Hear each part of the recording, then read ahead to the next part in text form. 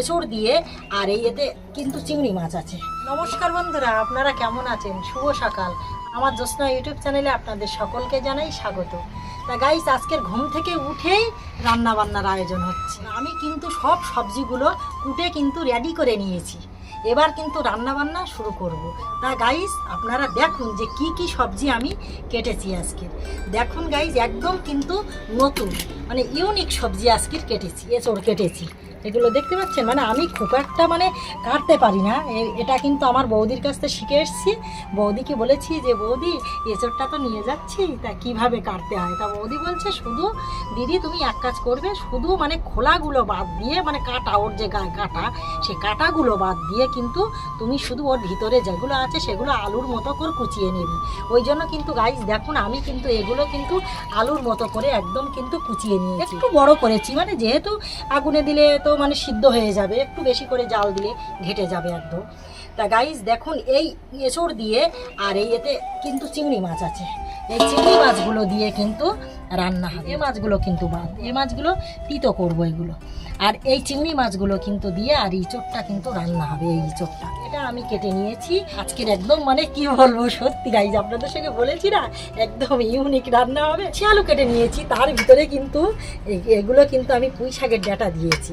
নতুন রান্না করে যে কেমন খাওয়া যায় কি না যায়, ওই জন্য কিন্তু আমি এটা তিতো করছি এই শোল মাছগুলো দিয়ে। কিন্তু এই এতে যে শোল মাছগুলো কেটে নিয়েছি না, আমি কিন্তু পেঁয়াজটা আর লঙ্কাটা আর এতে কিন্তু আদা নিয়েছি অল্প একটু।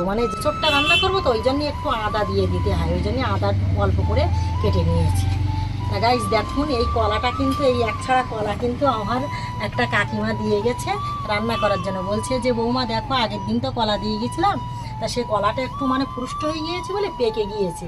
ওই জন্য আমি একটু রাগ করেছিলাম। আমি বলছি ধুর, এ কী দিয়ে গেছো কাকিমা, এ কি খাওয়া যায়? এ তো গরুর খোরাকে তো ফেলে দিতে হবে। তাই বলছে যে ঠিক আছে বৌমা, আমি একছাড়া কলা দিয়ে যাচ্ছি, তোমরা খেও কেন। ওই জন্য এই একছাড়া কলাটা দিয়ে গেছে। আজকের আর কিন্তু রান্না করবো না। অলরেডি কিন্তু আমি পাকার ওপরে কিন্তু এই এটা গরুর আমার সোনামার জন্য খুদ লবণ এতে কিন্তু দিয়ে দিয়েছি এগুলো কিন্তু। আর এই কড়াটা কিন্তু উনানের উপর বসিয়ে দিই, লবণ হলুদ তেল যা যা লাগার মতো সব কিছু কিন্তু এনে কিন্তু আমি রেডি করে নিয়েছি। সব কিছু কিন্তু গুছিয়ে কিন্তু আমি বসেছি গাইস। বন্ধুরা দেখুন, আমি যে নিত্য প্রয়োজন যেগুলো আমি সংসারে করি, এক কথায় কাজগুলো, সেইগুলো কিন্তু আপনাদের সামনে আমি তুলে ধরি, আপনাদের সামনে শেয়ার করি। আপনারা যে ভিডিওগুলো দেখেন, কি ধরুন আমার পাশে আছেন, এইটা আমার খুবই ভালো লাগে।